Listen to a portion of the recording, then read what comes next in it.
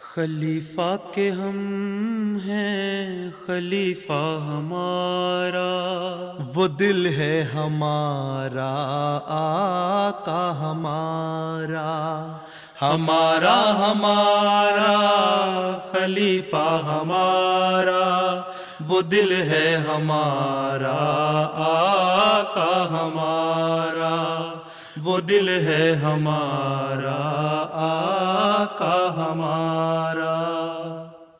Assalamu alaikum and welcome to This Week with Huzur.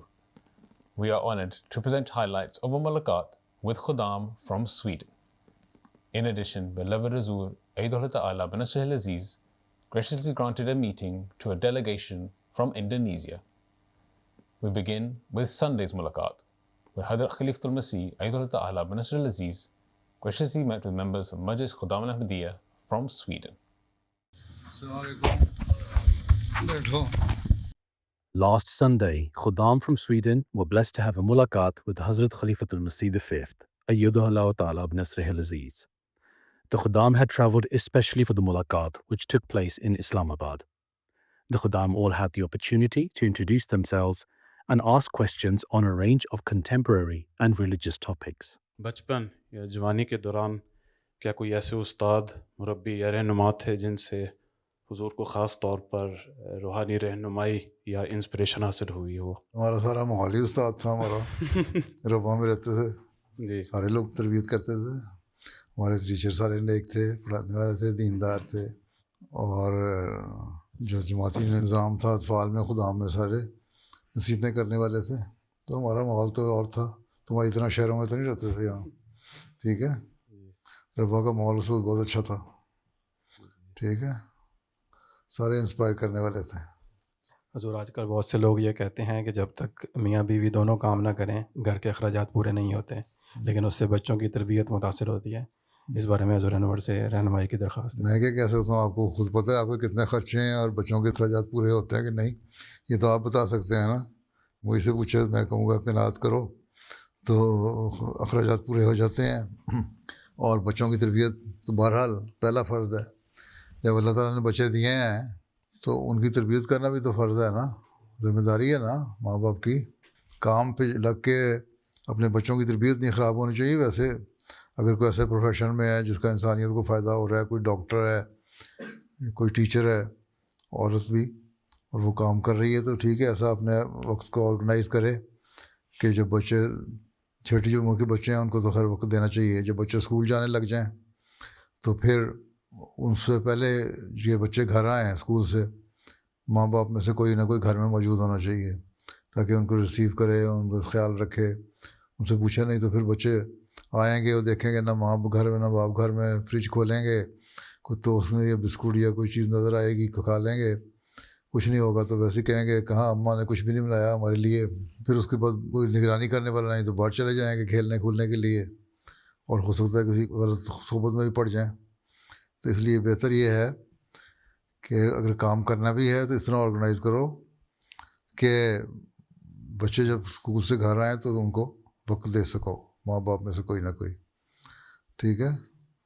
باقی خرچے کم کریں تو ٹھیک ہے، اگر دنیا کی خواہشات بڑھتی جائیں تو کہیں اس کی تو لمٹ ہی کوئی نہیں، ٹھیک ہے، وہ تو بڑھتی چلی جائیں گی، آگے جا کے آگے نظر آتا جائے گا اپنے سے اوپر۔ اس لیے حدیث میں آیا کہ تم دنیاوی معاملات میں، عمارت میں یا پیسے میں یا دولت میں اگر دیکھنا ہو تو اپنے سے کم کو دیکھو تاکہ تم اللہ تعالیٰ کا شکر ادا کرو کہ اللہ تعالیٰ نے مجھے اس سے بہتر بنایا ہے، اور دینی معاملات میں اپنے سے اوپر والے کو دیکھو، اور اس خواہش پیدا ہو کہ میں بھی دینی معاملات میں اتنی ترقی کرنے والا ہوں تو وہاں تک پہنچوں اور مجھے بھی اللہ تعالیٰ سے خالص تعلق پیدا ہو جائے۔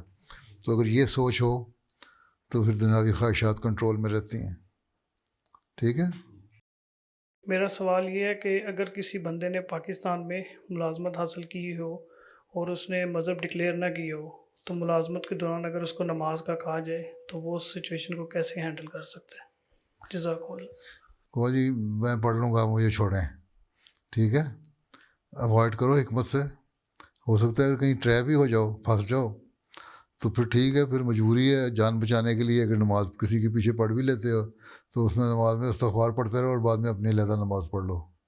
جس طرح حج کے موقع پہ خلیفہ اول نے ایک شخص کو کہا تھا کہ اگر تم اس طرح ہو جاؤ اور مجبوری اور تمہیں خوف ہو کہ پتہ نہیں کیا ہو جائے گا, تو پھر جو امام نماز پڑھا رہا ہے اس کے پیچھے نماز پڑھ لو اور اس کے بعد گھر میں آ کے اپنی نماز پڑھ لو. ٹھیک ہے, یہی حضرت خلیفہ مسیح ثانی نے حج کے دوران کیا تھا. لیکن جب خلیفہ اول نے اطلاع عنہ کو بتایا آ کے, تو انہوں نے کہا تم نے ٹھیک کیا. میں نے اس شخص کو بھی یہی کہا تھا کہ اگر تمہیں کمزوری ہے اور تم خوف زدہ ہو تو پھر ٹھیک ہے, اس وقت تو ان حالات میں پڑھ لو نماز اور بعد میں گھر آ کے اپنی نماز علیحدہ پڑھو. محمد کو تو نہیں مانتے. ٹھیک ہے, جزاک اللہ. میرا یہ سوال تھا کہ اگر ایک خادم مربی بن کر جماعت کی خدمت کرنے یا سائنسدان بن کر انسانیت کی خدمت کرنے کی چوائس ہو تو پیارے آقا اسے کیا کرنا چاہیے؟ سائنسدان بن کے بھی جماعت کی خدمت ہو سکتی ہے, بالکل. مربی بن کے بھی جماعت کی خدمت ہو سکتی ہے. بالکل. تو جس چیز میں دلچسپی زیادہ ہے وہ کرو. اگر سائنس میں دلچسپی ہے کہ سائنسدان بن جاؤں, اس میں ترقی کرو, اور جب ترقی کرو گے تو تمہارے اس ماحول میں ایکسل کرو اور اتنے اوپر جاؤ جی. کہ وہاں تمہارے ارد گرد تمہارا ماحول جو ہے تمہارے سے متاثر ہو. پھر وہاں تمہارے لیے تبلیغ کے راستے کھل جائیں گے. وہیں تم مبلغ بن جاؤ گے, مربی بن جاؤ گے, جماعت کی خدمت کرنے والے بن جاؤ گے. ٹھیک ہے, لیکن ساتھ دین کا علم بھی حاصل کرو. ٹھیک ہے. اسی طرح جو مربی ہے اس کو بھی اپنے فیلڈ میں ترقی کرنی چاہیے. اصل کام تو یہی ہے نا کہ جماعت کے افراد کی تربیت اور دوسروں کو اسلام کا پیغام پہنچانا. اگر اپنی تربیت صحیح نہ ہو تو جماعت کی تربیت کیا کرے گا انسان. اس لیے چاہے تم سائنسدان بن رہے ہو یا مربی بن رہے ہو, اگر حقیقی احمدی ہو تو اس سوچ کے ساتھ کام کرو کہ میں نے اللہ تعالیٰ کے جو احکامات ہیں ان پہ عمل کرنا ہے, اور میرے دل میں جذبہ ہے اور جوش ہے جماعت کی خدمت کا, چاہے وہ کسی بھی صورت میں ہو, تو اس کے لیے میں نے اپنے حالت کو بہتر کرنا ہے. جب حالت کو بہتر کرو گے, اللہ تعالیٰ کے حکموں کے مطابق کرو گے, تو پھر تربیت کے راستے کھل جائیں گے اور ساتھ ہی تبلیغ کے راستے بھی کھل جائیں گے. تو دونوں میں سے جو پسند ہے وہ کرو, اس پہ کوئی ایسا وہ نہیں ہے. بعض لڑکا کہتا ہے میں نے مربی بننا ہے, ماں باپ کہتے ہیں نہیں تم سائنس پڑھ لو, ڈاکٹر بن جاؤ, فلاں کر لو. یا ماں باپ کہتے ہیں مربی بن جاؤ, تم کہتے ہو نہیں میں نے ڈاکٹر بننا ہے, فلاں. تو جو چیز میں دلچسپی ہے وہ کرو. میں تو یہی کہا کرتا ہوں جیسے میرے مشورہ مانگتے ہیں لوگ. اور خدمت جو انسانیت کی ہے اور جماعت کی ہے وہ دونوں صورتوں میں ہو سکتی ہے. انسان کا اپنا جذبہ ہونا چاہیے, اپنا دین کا علم ہونا چاہیے, خدا تعالیٰ سے تعلق ہونا چاہیے. ایک سائنسدان بن کے تو دنیا میں پڑ جاؤ اور بھول جاؤ خدا کو تو کوئی فائدہ نہیں ہے. ڈاکٹر عبدالسلام صاحب بڑے سائنسدان تھے, ایک ہی جماعت میں ابھی تک فی الحال ایسا سائنسدان پیدا ہوا ہے نا, اور وہ نیک آدمی بھی تھے, نمازیں پڑھنے والے, تہجد پڑھنے والے, قرآن کریم کو غور کرنے والے. انہوں نے کہا قرآن شریف میں سینکڑوں آیتیں ایسی ہیں جو سائنس کے اوپر مجھے گائیڈ کرتی ہیں. آخر نوبل انعام لے لیا انہوں نے. تو وہ کہتے ہیں مجھے تو رہنمائی قرآن شریف سے ملتی ہے. تو مربی نے بھی قرآن کریم پڑھنا ہے اور سائنسدان نے بھی قرآن کریم پڑھنا ہے اور اللہ سے تعلق رکھنا ہے. اس سوچ کے ساتھ کام کرو تو جو مرضی بنو. Assalamu alaikum, beloved Huzur. My name is Alexander Taha Svensson, and my question is, at what stage in life should a person take the step of doing waqf? Whenever you are ready to offer your life as a waqf zindagi. This is why those who are waqfin now, I ask them that they should renew their bond at the age of 15 when they are somehow mature, and then renew the bond again after completing their education, right? So that they will know that if being a waqf zindagi, what are they going to do? And with their own wish and desire, they are going to do waqf. I offered my life as a waqf zindagi after completing my education. So whenever you are ready and you think, after pondering over it, after proper reflection on the responsibilities of a waqf zindagi and the sacrifice you will have to make, then when you are ready, then you can do waqf or offer your life as a waqf zindagi. So it is upon you. So if you are mature enough at the age of 16, you can do it at that age. If you think that, no, I still have to do something complete my education and become something which is beneficial for the Jamaat, then I will offer my life as a waqf zindagi. Then you can do waqf at a later stage after completing your education. So there is no time limit. It is your heart which is telling you when to do it, right?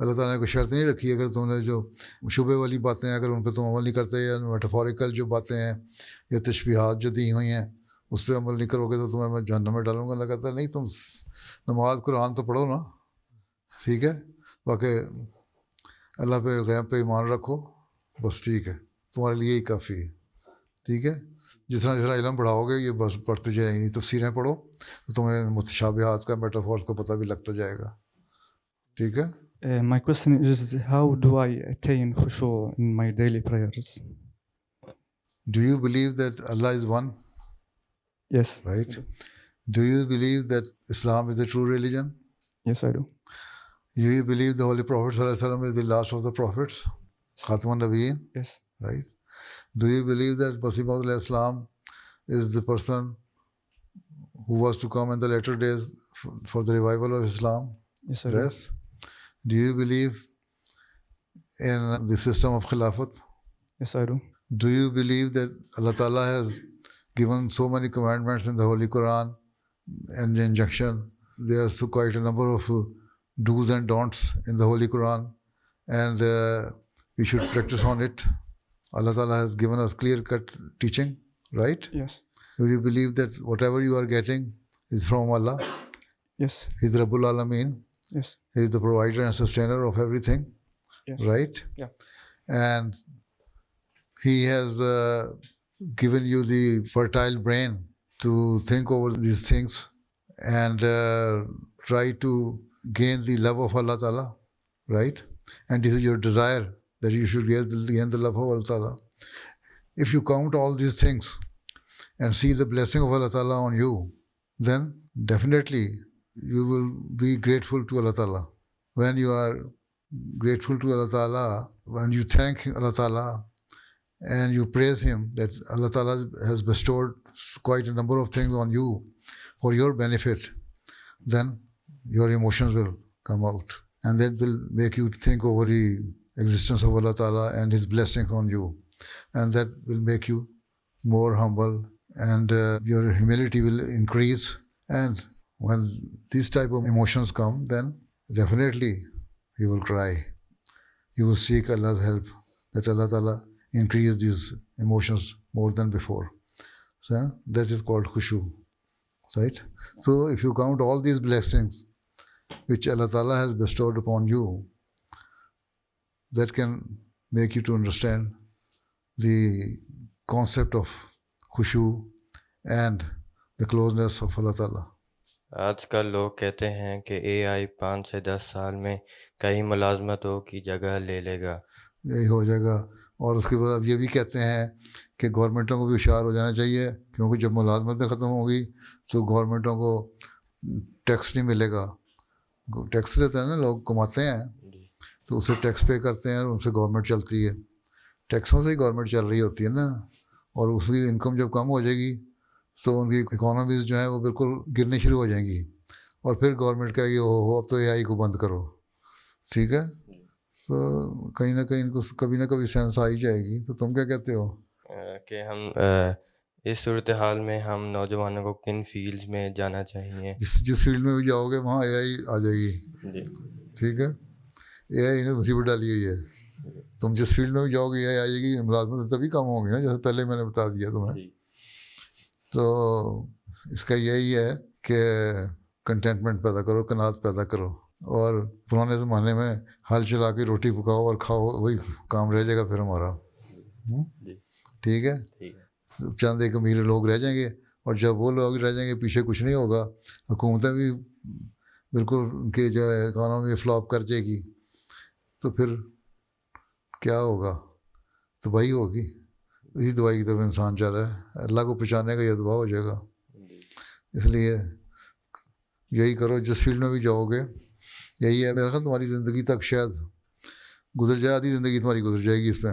اگلے بچوں کی فکر کرو کیا کریں گے وہ بیچارے. ٹھیک ہے. میرا سوال ہے, احمدیوں کو ہیوملٹی اور سیلف رسپیکٹ کے درمیان کس طرح ایک بیلنس رکھنا چاہیے کہ جماعت کا نام کو نقصان نہ پہنچے, جس طرح کبھی کبھی کام پہ یا باہر جھگڑے ہو جاتے ہیں؟ وقار علیحدہ چیز ہے, عاجزی علیحدہ چیز ہے. سیلف رسپیکٹ ایک وقار کو کہتے ہیں, ڈگنیٹی اور وقار. ہیوملٹی عاجزی ہے. ٹھیک ہے, اپنے آپ کو ہر بات میں بوسٹ کرنا, تکبر سے باتیں کرنا, اس چیز سے اللہ تعالیٰ نے منع کیا ہے. لیکن اللہ تعالیٰ نے اس چیز سے منع نہیں کیا کہ تم اپنا وقار قائم نہ کرو. اپنا وقار قائم کرو گے تو لوگ بھی عزت کریں گے نا. اب بعض لوگ بہت عاجز ہوتے ہیں, لوگ ان کی عزت کرتے ہیں اور اس بات کے سے عزت کرتے ہیں کہ اس میں عاجزی بڑی ہے. کوئی منفی اثر تو نہیں چھوڑ رہا اس کے اوپر, عاجزی اس کا ایک پلس پوائنٹ ہی مل رہا ہے نا اس کو. ہاں جی, بندہ بڑا عاجز ہے, بہت آرام سے ملتا ہے, تو کیا وہ اپنی سیلف رسپیکٹ اور آنر اور ڈگنیٹی کو قربان کر رہا ہوتا ہے؟ نہیں نا. تو عاجزی دکھانا اور چیز ہے. حضرت مسیح علیہ السلام کو اس لیے اللہ تعالیٰ نے فرمایا تھا تیری عاجزانہ راہیں اسے پسند آئیں. جہاں موقع ہو وہاں بحث کرنے کے بجائے جو حق سمجھتے ہو اللہ تعالیٰ کی خاطر اس کو بیان کر دو, تو اللہ تعالیٰ اس کو اچھا سمجھتا ہے. ٹھیک ہے, لیکن وہاں ضد میں آنا, ایروگنس دکھانا اور یہ کہنا کہ میں پتہ نہیں کیا چیز ہوں, میرے سے کون کنفرنٹ کر سکتا ہے, میرے سے کون کنٹراڈکٹ کر سکتا ہے میری دلیلوں کو, میری باتوں کو, میں یہ کر دوں گا وہ کر دوں گا, یہ اس کے خلاف ہے ہیوملٹی کے, عاجزی کے. اور یہ تمہیں سیلف رسپیکٹ نہیں دیتی. تو تم یہی لوگ کہیں گے نا, تمہیں دور ہٹ جائیں گے, بڑا ایروگینٹ آدمی ہے. تو یہ چیزیں دیکھنے والی ہیں. عاجزانہ رہیں, لیکن حضرت مسیح علیہ السلام کو عاجزانہ رہیں پسند آئیں. وہاں جہاں بحث کی آپ نے چھوڑ دی اللہ کی خاطر. لیکن کیا آپ اس عاجزی کی وجہ سے آپ میں کوئی عزت نفس نہیں تھی؟ آپ نے لوگوں کے سامنے کو بھیک مانگی؟ جہاں مقابلہ آیا وہاں مقابلہ کیا. ٹھیک ہے, آریوں کو بھی جواب دیا, عیسائیوں کو بھی جواب دیا, دہریوں کو بھی جواب دیا, اور جہاں مذہب کی عزت کا سوال آیا وہاں کھل کے اپنا بیان بھی کیا. ٹھیک ہے, مختلف لٹریچر, مختلف کتابیں جو ہیں اس میں یہ موجود ہیں ساری باتیں, لیکن ساتھ ہی عاجزی بھی تھی. تو یہ حضرت صلی اللہ علیہ وسلم کا بھی یہی نمونہ تھا. ایک موقع پر آپ عاجزی دکھاتے ہیں, بچوں سے بھی عاجزی دکھاتے ہیں, پیار کرتے ہیں, عورتوں کے سے, غریبوں سے. دوسری طرف جہاں سوال آیا اسلام کی عزت کا, تو نہ ابو جہل کو دیکھا تو نہ کسی اور کو دیکھا. تو یہ فرق ہے. حضور, میرا سوال ہے کہ حضور کے نزدیک آج انسانیت کو درپیش سب سے بڑا چیلنج کیا ہے؟ یہ سوشل میڈیا اور یہ ٹی وی چینل اور غلط قسم کے حرکتیں, اے آئی اور یہ اور وہ سب کچھ, یہ صحیح یہی چیلنجز ہیں. ان کو صحیح طرح استعمال کرو, ان کا استعمال ٹھیک ہے جائز طریقے سے کرو. اسی میڈیا کے اوپر اخلاقیات کی باتیں کرو, مذہب کی باتیں کرو, خدا تعالیٰ کے پیغام سناؤ. تو یہی اس کا توڑ ہے ان چیلنجز کا, کہ تمہارے اخلاق بھی درست رہیں گے, تمہارا مذہب بھی درست رہے گا, اور لوگوں کو اویئرنیس بھی ہو جائے گی کیا چیز ہے, اس کا صحیح استعمال بھی ہو جائے گا. اس سے چھٹکارا تو ملنا کوئی نہیں ہے. تو اس کو صحیح استعمال کرنے کے لیے احمدی ہیں جو ان کو صحیح استعمال کریں, اور خدا تعالیٰ کی تعلیم اور اس کے احکامات کے مطابق اسی پہ ایسی چیزیں ڈالیں جو لوگ صرف ان برائیوں کو نہ دیکھتے رہیں بلکہ تمہاری اچھائیاں بھی دیکھتے رہیں. اور یہی ہے کہ اس کو تم کاؤنٹر کر سکتے ہو. جو غلط قسم کے چیلنج ہیں, اخلاق جو خراب کرنے کی جو کوششیں ہیں, اور یہی بہت بڑے چیلنج ہیں, ان کو ہم توڑ کر سکتے ہیں, کاؤنٹر کر سکتے ہیں. ٹھیک ہے. As the mulaqat concluded, the Khuddam were blessed to have a picture with Hazrat Amir al-Mu'mineen and received the gift of pens. Two Khuddam, who had received medals for academic excellence, requested Hazrat Amir al-Mu'mineen to award them the medals. تو یہاں ملا تھا یا وہاں؟ اس میں جو نوڈک سے ہیں, نوڈک سے ناروے میں ملا تھا. ہاں جی, ناروے. تمہیں پاکستان سے ملا؟ جی, اسلام آباد. اس کا تو سونے کا ہے, تمہارا تو جعلی ہے. یہ تو 10 گرام سونا ہے اس کے اندر, اس میں نہیں ہے میرا خیال ہے. میرے لیے تو بس سونے کے برابر ہی ہے. بس اصل چیز. السلام علیکم.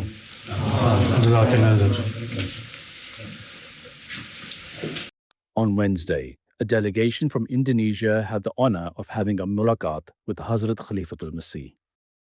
The delegation consisted of 4 guests, including Sayyid Aqil Siraj, the former chairman of the Nahdlatul Ulama Executive Board, and Rubikin Amhas, the former special advisor to the President of the Republic of Indonesia.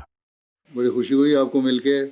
آپ ماشاء اللہ religious scholar بھی ہیں, professor بھی ہیں, اور جماعت سے اچھے تعلقات بھی ہیں، اور یہی چیز ہے انسانیت کی بنیاد، کہ تھوڑے سے اختلافات بھی ہوں تو انسانیت کے ناطے، اللہ تعالیٰ کی مخلوق ہونے کے ناطے، اشرف المخلوقات ہونے کے ناطے ہم ایک دوسرے سے پیار محبت کا سلوک کریں۔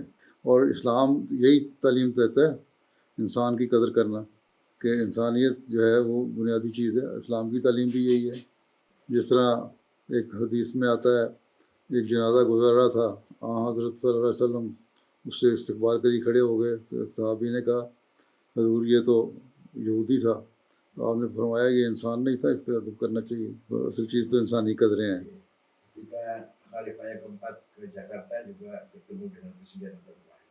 جب خلیفہ عرابی تشریف لے کے انڈونیشیا، ان کی ملاقات بھی ہمارے سابق پریزیڈنٹ سے ہوئی۔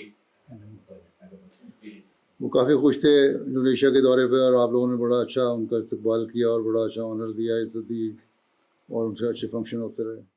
The guest mentioned that he does not believe in having hatred for people of other sects. اگر ہم سارے مل جائیں اور اسلام میں اختلافات نہ ہو آپس میں، تو ہماری ایک قوت ہے، ایک طاقت ہے۔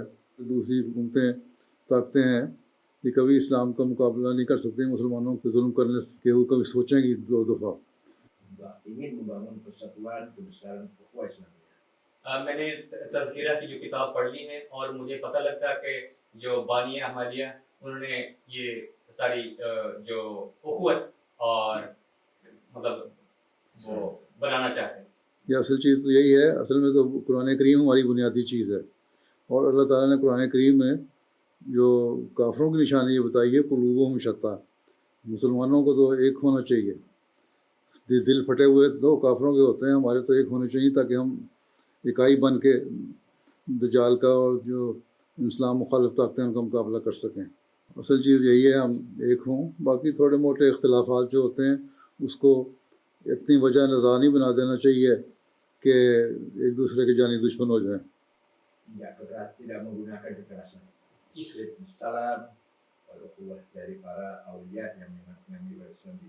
اسلام کی جو پہلی دفعہ آئے تھے انڈونیشیا، وہ بھی پیار محبت سے پھیلا، نہ کہ بالکل۔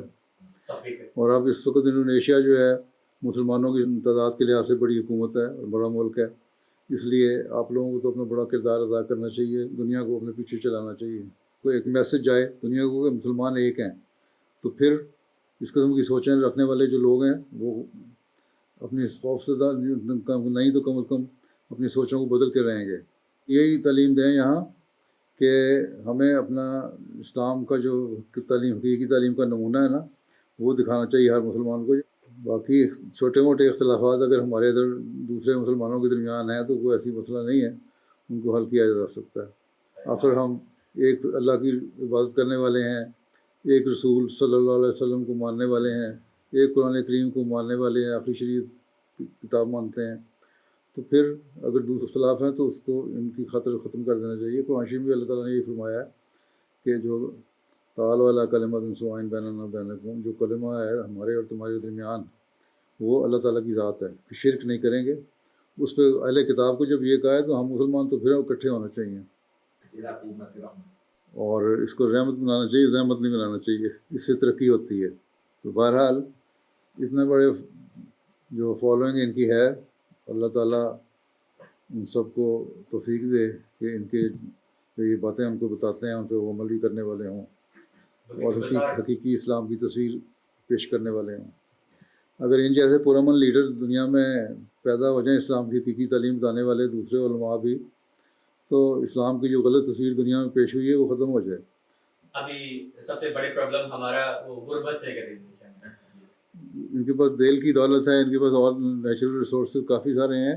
غربت تو اگر ان کی لیڈرشپ اچھی ایماندار ہے تو اس غربت کو ختم کر سکتی ہے صحیح طرح انویسٹ کر کے ملک میں۔ ان کو یہ بھی دعا کرنی چاہیے، کوشش کرنی چاہیے کہ جن کے جو سیاستدان ہیں، لیڈر ہیں، یہی ہماری بدقسمتی ہے کہ ان ملکوں کے، مسلمان ملکوں کے لیڈر آنیسٹ نہیں ہیں، وہ اپنے جیب میں زیادہ بھرتے ہیں اور عوام کی خدمت کم کرتے ہیں۔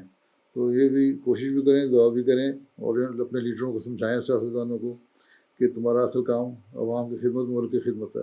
ایسے لیڈر ہی کردار ادا کر سکتے ہیں۔ جماعت احمدیہ تو چھوٹی سی جماعت ہے، ہمارا تو یہ لیڈر کچھ نہیں کر سکتا، سیاستدانوں پہ انفلوئنس یہی کر سکتے ہیں. نیک نیتی سے کام ہو تو اللہ تعالیٰ برکت ڈالتا ہے. The guest mentioned that some Muslims are joining extremist groups.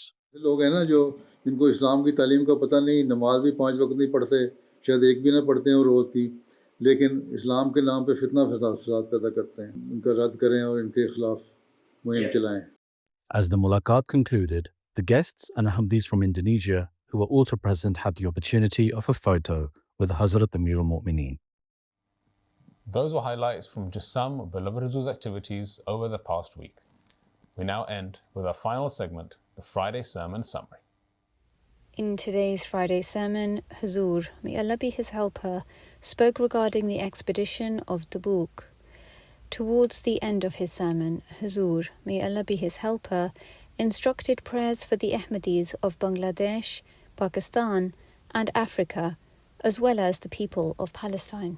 بنگلہ دیش کے بارے میں میں نے پہلے بھی کہا تھا دعا کے لیے.